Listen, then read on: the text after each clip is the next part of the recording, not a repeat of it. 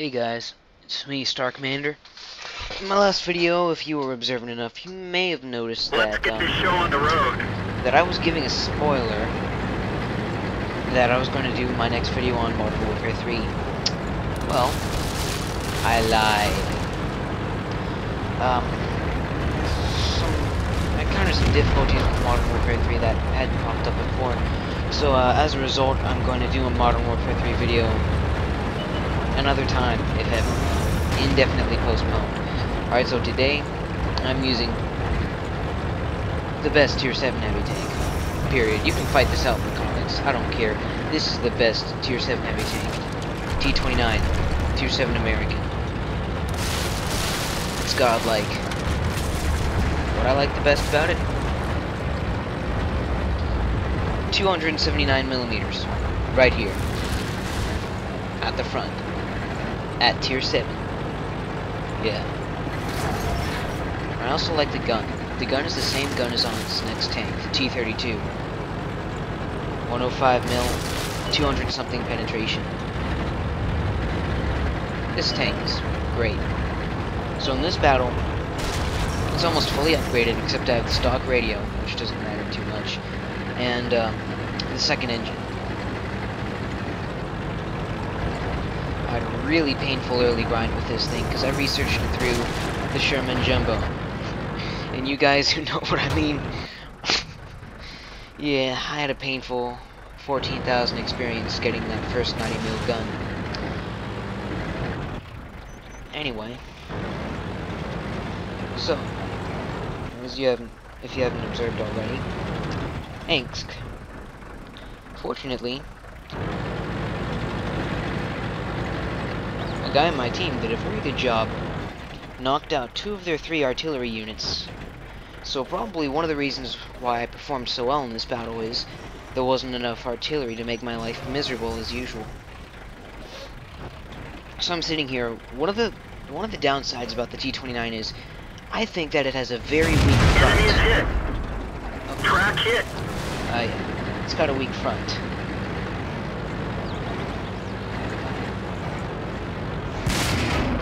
Now here I'm messing with the super version. I'm farming these tracks and falling back when I can. Right now I'm platooning with my partner Epicness, and he's in his Panther. Penetration. So now I'm just fighting with this super Pershing. Really becoming shell bait right now. Penetration. Let's roll. Anyway, so super Pershing, it's pretty well armored. It's like it's armored anyway. I've looked at the paper stats, but I don't know. The test server is out right now. I plan on playing one of those super Pershings on the test server. But its weak point, the top of the turret above the spaced gun protector. All that crap it has is its own weak point. Shoot it there, and you're gonna hit. So that's what I'm aiming for. They're hit. But we've lost a track. I can't hit it. We fixed the track. We fixed the track. Let's roll. You can see. We've got them. And amazingly, they actually bounce off the frontal armor. I guess I've got it angled just right. I'm asking Pook for help, because I'm not quite sure what else is coming. That's gotta hurt. And I land a shot on the T26E4 on that weak spot I just talked about. But another weak spot of the T26E4 is... Oh, we got company. Penetration. We're immobile. I gotta go head-to-head with him. No. We fixed the track. I want to aim for the lower glacis to this guy. Bounced off. Can't hit him. Nope. That super Pershing is advancing a little bit. He wants me for sure. So I'm gonna pop out and... We nailed it bad. Once again, I hit him in the top of the turret. From my observation, super Pershing doesn't seem to be a great brawler. Because up close, it's like an AT-2. You can hit it. We're immobilized. And he blows off my tracks, and a T-34 steals the kill. Let's go! maybe he did some shooting. Meanwhile, that SU-101 has gone around and he's busy with Epicness. So I'm telling Epicness, hey man, get in this corner. Bring him over to my gun. And then we start gangbanging him.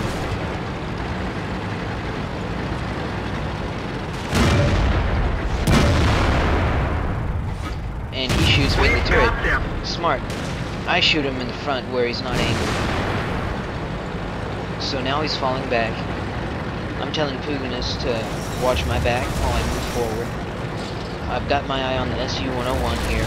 I'm not worried about that T-34 because I'm thinking he's going to head east. But of course, we'll see. And wait for it. Wait for it. Epicness shoots, bounces. He's discharged on Epicness, so I have an extra second to aim. His tracks are gone. I back off so that he won't be able to hit me, and I leave him to Epicness. I think. Yeah. Actually, no.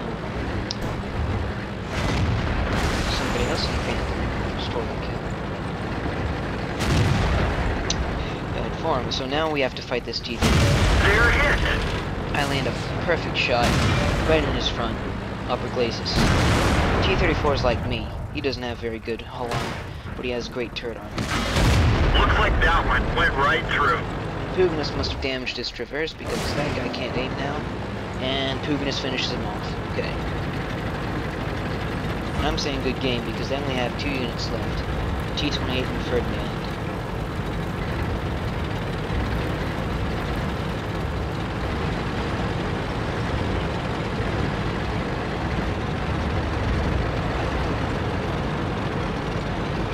So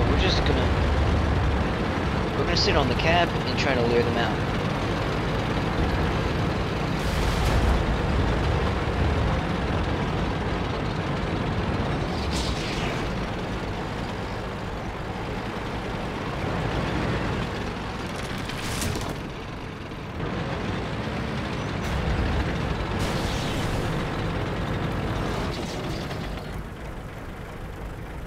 So we're sitting here, the Pershing's going after them. Because, if you notice on my XVM mod, they were last spotted right here, in C9. So the Pershing is going to go figure them out. Now, 3 of us are capping. They're going to figure out, hey, there's plenty of guys on the cap. They know where we are. Now this Lova, in the beginning, he was all like, "Hey guys, we need to rush the field." Whoever does that. I mean, I've seen teams who play towards the field, but rush it? Everyone rush it? No. Alright, so here's the Ferdinand. I don't want to fight him face on. Because German tank destroyers, usually, decent defense from the front. I'm not going to risk it. So, I'm going to play like a medium tank. This is made possible by the fact that the T29 is pretty maneuverable, but nope, I don't get any of him. T-34 finished him off. But the T-28's over there. Pershing's found him. So I'm going to move over here on railroads. I'm going to try and get a long shot down on him between the cars.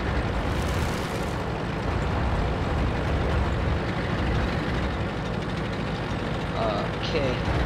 T-28's rushing. Well, they're duking it out over there, so... Perfect shot on the T-28. We nailed it back.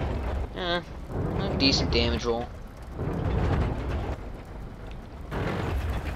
So I'm gonna see, because Epicness is watching the T-28 and he's telling me the T-28 was rotating towards me. He's facing me? Nope, no he's not. He's not facing the Pershing either. Penetration. Enemy armor is destroyed. Roasted T-28. Yum yum. And that's the end of the game. Alright, so I'm just going to give a quick review of the T29. It's got 1250 hit points, which is average. It's got more than a medium tank, but it's got less than a Tiger. The Joseph Stalin has 1230, so that's fine with me. Really and truly. Weight, 64.62 tons. Now, the interesting thing about that is, the next tank, the T32, weighs only about 54 tons. I mean, this is the stock one, obviously. Later on, it'll weigh more. But still, it's actually heavier than its next tank. Well, how can it not be, though? Look at the giant turret. But the turret is very well protected. We'll get to that later. Engine. I have the top engine now. In the battle, I didn't. But I have the top engine now. And it has 800 horsepower. That's a good enough power to weight ratio. Compared to something like the Churchills, where the power to weight ratio is under 10. This one, it's above 10. So that's good enough for a heavy tank. And speed limit. Ugh, I've gone above that. I mean, speed limits are speed limits. But it's still faster than the Churchill. It handles more like a medium tank than the other heavy tanks I've used, but... So, hull armor, not very impressive. 102, 76, and 51. So, of course, you're vulnerable in the rear, and your sides aren't too great. And the front isn't that great either. But that's okay, because it makes up for it with this sucker. 279 millimeters of turret armor. I love you. Look at that. I mean, just look at this picture right here. That's how tough the turret is. Anyway, so I've got the top gun on this. However, while in some ways it's better than the 90mm M3, in other ways it's not. Like, the 90mm M3 has a better accuracy, I know for sure. A better rate of fire. And, I would argue to say that the M3 could be used in lieu of the 105mm if you really wanted to use it that way. The idea being, you use it for sniping, high rate of fire, or just plain to save money, because these 105mm shells cost about 1,000 credits each. So, enjoy it. And, I don't have a lot of equipment on this sucker. What I would get, large caliber tank gun rammer, every time. And vents. Now, sometimes I could understand the mounting of other equipment, but I like the toolbox. Because, long story short, you're a heavy tank, you're going to take damage, you're going to lose a track, your gun's going to get broken, etc., etc.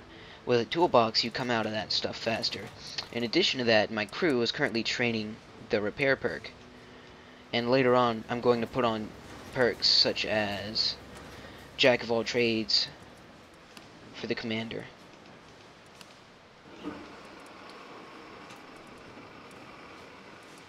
And armorer for the gunner. And preventative maintenance for the driver. The radio man doesn't really have a lot of skills like that, so I'm either going to train him in situational awareness or firefighting. I'm still going to decide on that. And safe stowage for sure. And if two loaders have the perk, the effect is not cumulative. Well, T29 has two loaders. So I would probably research either firefighting or adrenaline rush, since they're not cumulative. So, yeah, that's the T29. What you want to do is you want to get into positions where this part of the tank is covered up. All you want them to shoot at is your turret, because that's what you need to do.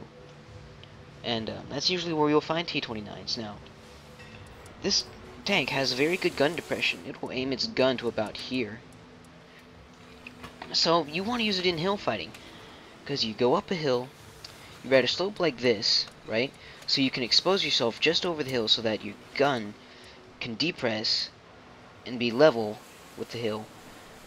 Meanwhile, your tank will be slightly angled back to where only the turret can be seen. You know, just popping up behind a hill. T29s, T34s, T32s, they love to do that, and that's something you should do. Alright, so case in point, tactics you're going to be wanting to use with this thing will be more like this. You use something to cover your body. Bullets will bounce off of your turret, but be careful, because they can shoot you between the turret and the body and hit you there. So that concludes my T29 review. Thanks for watching. Star Commander, signing out.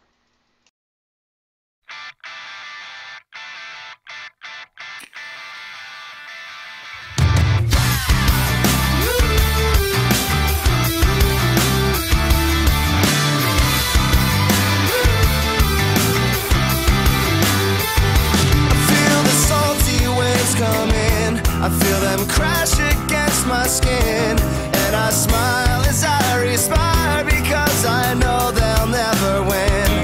There's a haze above my TV that changes everything I see, and maybe if I continue watching, I'll lose the traits that worry me. Can we fast forward to go down on me? Moo!